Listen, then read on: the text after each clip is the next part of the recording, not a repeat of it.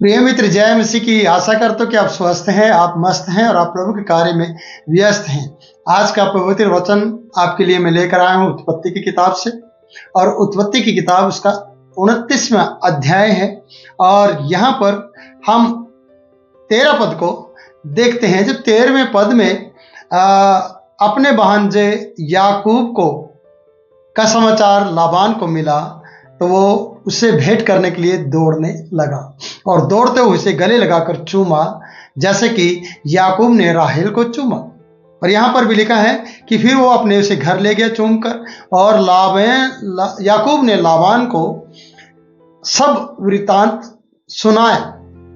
और हम इस पद को इस तरीके से देखते हैं कि उसने राहत की सांस ली, उसकी यात्रा पूरी हुई और वो अपने मामा से मिल गया, और जहां पर जो उसे करना था उस काम की वो ताक में या फिर उस काम में लग गया। और वो आप वृतांत बता रहा है अपने यात्रा की, और अपने घर की सारी जानकारी अपने मामा को बता रहा है, और उसमें लिया भी है और बाद में उसे दिया गया था। और मैं ये कहना चाहता हूँ कि राहेल भी है और उसके परिवार के लोग भी हैं, और वहाँ पर वो सारा वृत्तांत बता रहा है कि उसने क्या क्या किया है और रास्ते में क्या क्या उसके साथ हुआ है। और इस कहानी को हम इस प्रकार से देखते हैं कि वो अब पूरी रात, हो सकता है कहानियों के साथ, जब तक वो पूरी बात ना बता दे उस रात, तब तक वो सोएगा नहीं। तो उसने अपना वृत्तांत बताया है, अपनी यात्रा का भी और अपने घर का भी। और घर के बारे में उसने क्या बताया है, हो सकता है उसने इस प्रकार से कहा। मैं आपको बताना चाहता हूं कि एक समय था जब मैं दाल बना रहा था मसूर की, और मेरे भाई एसाव को उसके बारे में कुछ भी पता नहीं था। वो हारा थका था, वो भूखा था, और उसने बड़ी जल्दबाजी में मुझसे कहा कि जो लाल वस्तु तू बना रहा है उसमें से मुझे खिला, या वो मुझे दे, ताकि मैं अपनी भूख मिटाऊं, नहीं तो मैं मर जाऊंगा। तो मैंने उसे कहा कि पहलौठे का अधिकार मुझे बेच दे, और मैंने मैसूर की दाल के बदले में पहलौठे का अधिकार ले लिया। वाह! हो सकता है उसके लिए तालियां बजा रहे हैं, या उसकी चालाकी पर उसका ध्यान दिया जा रहा हो कि याकूब लाबान से क्या कह रहा है। और ऑलरेडी लाबान जो उसका मामा है वो उससे भी ज्यादा चालाक है, याद रखना जो वो बता रहा है। आगे हम पढ़ते हैं, उसने कहा इस प्रकार से मैंने उसके पहलौठे का अधिकार को लिया। और क्या हुआ मामा जी, मैं आपको कहना चाहता हूं कि बाद में मेरे पिताजी उसे आशीर्वाद देना चाह रहे थे और अहेर का मांस पकवाने के लिए एसाव से कहा, और ये मेरी मम्मी या मेरी माता ने सुन लिया, और उसने एक भेड़ का बच्चा मेरे लिए बनवाया और उसकी खाल मेरे गले में डाली, और मुझे एसाव के आशीर्वाद लेने में मेरी माँ ने मेरी मदद की, और मैं आशीर्वाद लेकर वहां से चला हूं। और बाद में भी मेरे पिता ने मुझे आशीर्वाद देकर यहाँ इस कार्य के लिए मुझे भेजा है। और रास्ते का उसने बताया कि मेरी मुलाकात परमेश्वर के साथ हुई है, और बाद में मेरी मुलाकात राहेल से हुई है, और राहेल के साथ मैं आपके घर पहुंचा हूं। तो प्रिय, ये वृत्तांत में हो सकता है उसकी पूरी रात बीत गई हो और वो ये कहानियां बता रहा होगा, और ये कहानियां सच हैं। प्रियो, इस कहानी का असर क्या होगा लाबान के ऊपर मुझे नहीं मालूम, और लाबान इस बात से अच्छी तरह परिचित हो गया है, या परिचय से मिल गया है कि ये डरा हुआ और भागा हुआ व्यक्ति है, और इससे मुझे जितना काम मैं ले सकता हूं लूंगा, और वो उससे काम लेता है। जैसे कि कहानी आगे बढ़ती है, और उसने लगभग 20 साल उससे काम करवाया है और उसे विदा नहीं किया, वो वहां से भागा है याकूब। लेकिन ये बात अभी मैं कहना नहीं चाहता, मैंने आपको बताया क्योंकि आप बाइबल के जानकार हैं, इसलिए मैंने बात पहले बताई है। पर मैं इतना बताना चाहता हूं कि जो ये कह रहा है लाबान को, और लाबान अच्छी तरह जानता है कि वो इसके साथ क्या करने वाला है। तो प्रिय, हम यहाँ पढ़ते हैं कि लाबान ने जब ये सारा वृत्तांत सुना, जब ये सारा परिचय हो चुका, जब पूरा रात ये सारी बातें हो चुकी हैं, तब लाबान ने कहा तू तो सचमुच में मेरी हड्डी और मांस है। और याकूब 1 महीना भर उसके साथ रहा। ये चर्चा चलती रही और बातचीत होती रही, और लाबान ने कहा तू तो मेरी हड्डी और मांस है। जैसे कि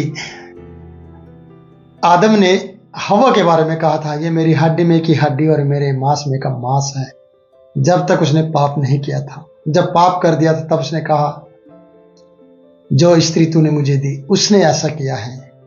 हड्डी में का हड्डी और मांस में का मांस तब तक नजर आता है जब तक आपको उससे काम काज के लिए आस होती है।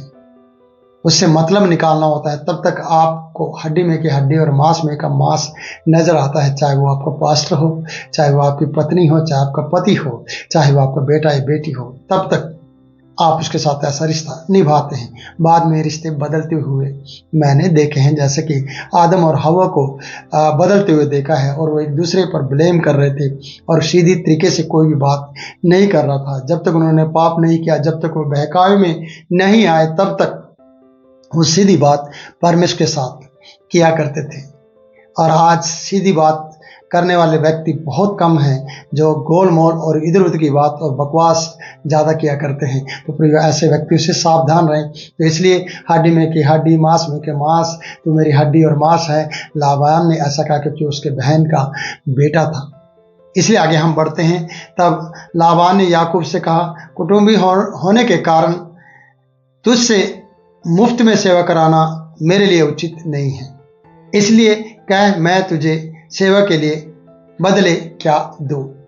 मतलब है कि एक महीना भर उसने काम किया, महीना भर भेड़ बकरियां चराई, और उसके बाद लाबान ने याकूब से कहा, मैं नहीं चाहता कि तू मेरे यहाँ फ्री में कार्य करे।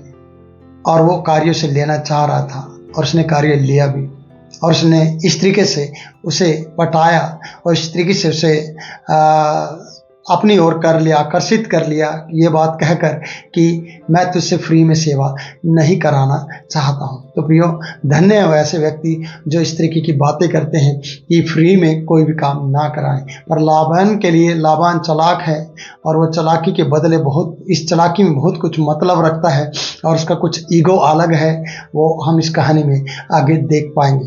पर मैं आपको बताने का मेरा कारण ये है कि लाबान याकूब से कह रहा है, तो सचमुच मेरी हड्डी और मांस है।